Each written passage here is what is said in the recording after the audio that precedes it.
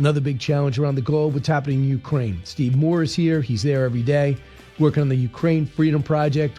Every American should be pulling for Ukraine every single day. It's the Brian Kilmeade Show.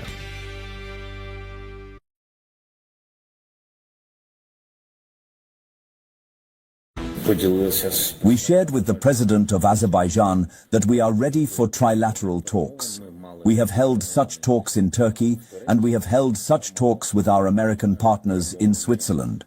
We are certainly ready for the upcoming talks in Azerbaijan, provided Russia is ready for diplomacy.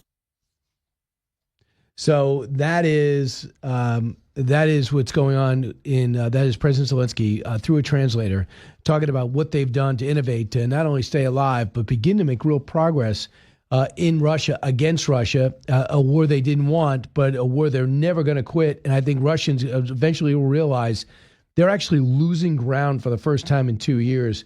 Let's listen to Steve Moore now. He's a former chief of staff in the U.S. House and founder of the Ukrainian Freedom Project, who raises money to aid the Ukrainians. Steve, what is the state of affairs right now in that war? Yeah, well, it's turning around, and I'll tell you why. The Russians have lost somewhere between 1.3 and 1.4 million soldiers, casualties, and fatalities, and that's because they just feed soldiers just feed meat into the war machine, which they've been doing for 400 years. And the Ukrainians have innovated to such a degree that they're able to defend against the Russian drone strikes, and now their own drone strikes inside Russia have crippled Russia's ability to export oil. They have taken away the Russian ability to export about 400,000 barrels of oil a day. So Putin doesn't get the revenue. The army doesn't get the. How much do they usually export? Well, that's about 10%. No, actually, I'm sorry. That's about 40% of their daily exports. And so, and unfortunately, since we had to lift the restrictions on Russian exports, the sanctions on Russian exports, their revenue is going up. But the Ukrainians implemented their own sanctions, right? These missile-borne sanctions that have shut down a lot of. They've innovated their own long-range missiles. Yeah. Oh, yeah, man. What are they called? The Flamingos. They have a rather flamboyant naming protocol there. Do they go as far as the ATACMS? Actually, these are more long range. These are more like cruise missiles, and so they're attacking deep inside Russia, like 1,500 miles inside Russia. Why are they gaining on the front lines? Because the drone warfare that they've mastered is just killing the Russians, and so they have killed about 50,000 Russians per month, and now the Russians are only able to recruit about 35,000 people a month to go in there because it's a death trap, and they've had to provide an extraordinary amount of money to people to go in. There's like a $50,000 signing bonus, and Russia's economy, the average monthly wage is about 20% of ours. So you look at a $50,000 signing bonus, and that's like $250,000 to you and me. So here, I want you to hear Ed Luce from the Financial Times, cut 49.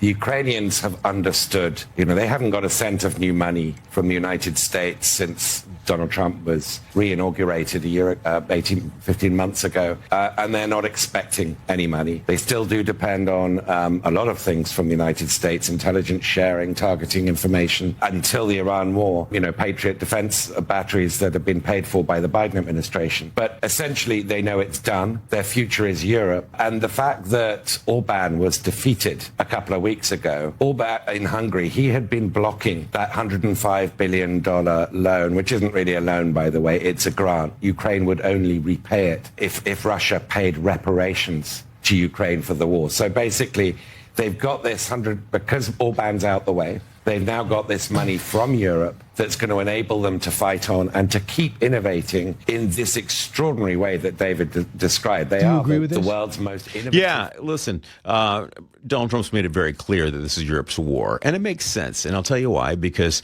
we're in a global war right now. Russia, China, Iran, North Korea, all the Islamic extremist movements, and the folks, the cartels down in South America and Mexico, they're all working together against Europe and America. And so Europe needs to take care of its own war because America's got enough problems with China and what's Right. south of the border. So, it's good that the EU has finally figured out how to do this. Now, the next step for Europe is stop buying Russian petroleum.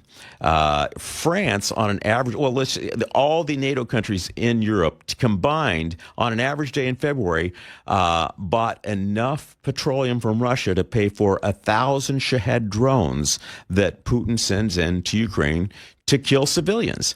So, last year they were a net negative between how much fossil fuels they bought from Russia versus how much money they sent to Ukraine for its defense. They sent more to Russia. So it's good now that they're trying to at least, boost the Ukrainians. If they can cut off Russians, their money to Russia, that'd be great. How does this end? When does this end?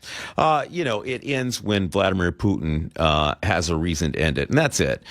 Vladimir Putin respects strength, and making accommodations to Putin doesn't work. What is your take on the foreign minister of Iran showing up in Moscow an hour ago?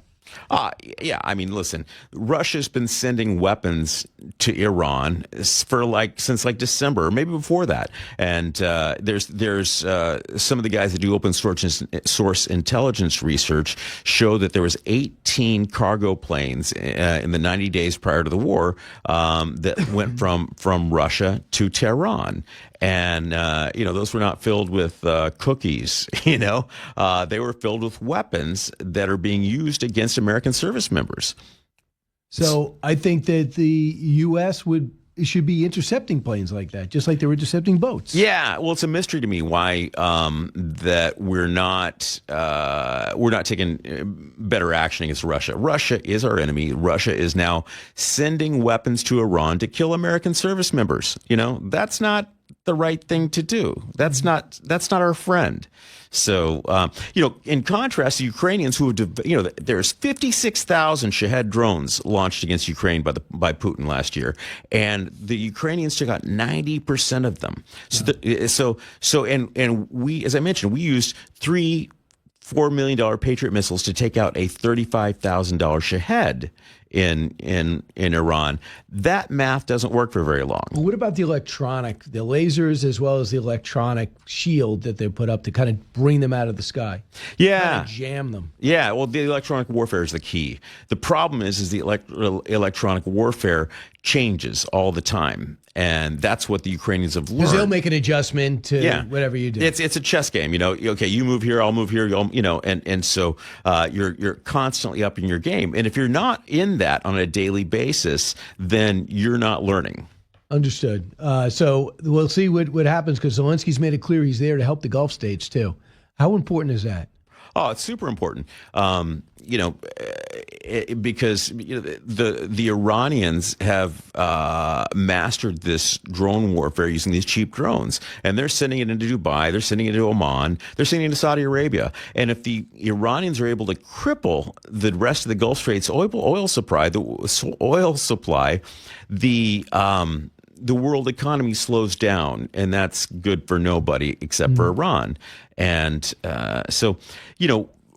I've got a friend, a guy named Brian Pickens, who I mentioned to you, he's a Green Beret. His last 3 deployments were in Ukraine before the war. So, and then he went back after he retired last year and fought for a year inside Ukraine. He is fluent in Russian, trained to defeat the Russian military. He operated inside Russia during this time, and he came back and he just said, we're not ready to fight a land war, because, if the 82nd Airborne goes into Iran, they're going to get hit in the face with 1,000 FPV drones like the Russians do in Ukraine. And if you don't know how to defend against that, and we don't, then a lot of people will die. I want you to hear this more from Financial Times editor Ed Luce, Cut 50. Europe has, I think, digested what Zelensky has digested, which is they've got to plan as though America is not coming back. Europe has to build up its own sort of defense autonomy. It's really been a French line for decades, but now everybody sounds like Charles de Gaulle in Europe nowadays, including the British. And you've got people like Mark Carney of Canada asking if they can join. So this is a major shift. It's unfortunate that it's happening. It really is to be regretted, but it is reality. And Europe, I think, is finally woken up to this reality.